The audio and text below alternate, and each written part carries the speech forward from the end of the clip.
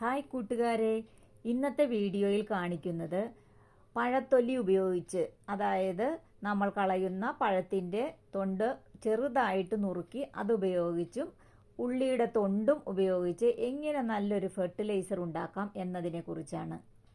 ഇതുപോലെ പഴത്തിൻ്റെ തൊണ്ട് ചെറുതായിട്ട് അരിഞ്ഞ് ഉള്ളിയുടെ തൊണ്ടും ചേർത്ത് ഇതിൻ്റെ കൂടെ ഒരു കഷ്ണം ശർക്കരയും കൂടി ചേർത്ത് നല്ല അടച്ചുറപ്പുള്ള ഒരു കുപ്പിയിൽ നകക്ക വെള്ളം ഒഴിച്ച് ഒരാഴ്ചയോളം വയ്ക്കണം. അതിനുശേഷം നമ്മളിതുപോലെ അരിച്ച് എല്ലാ ചെടികൾക്കും, പൂക്കുന്ന ചെടികൾക്കും അല്ലാത്തതിനും പച്ചക്കറികൾക്കും എല്ലാത്തിനും നമുക്ക് ഉപയോഗിക്കാം. ഇതിൽ പൊട്ടാഷ് അടങ്ങിയത് കൊണ്ടാണ് പൂക്കൾ ഉണ്ടാവാനായിട്ട് ഇത് സഹായിക്കുന്നത്. അങ്ങനെ ഞാൻ ഒഴിച്ചു കൊടുത്തതാണ് എൻ്റെ ഈ പൂക്കൾ ഉണ്ടാകുന്ന ഒരു മിക്ക ചെടികൾക്കും. നിങ്ങളും ഇങ്ങനെ ചെയ്തു നോക്കൂ.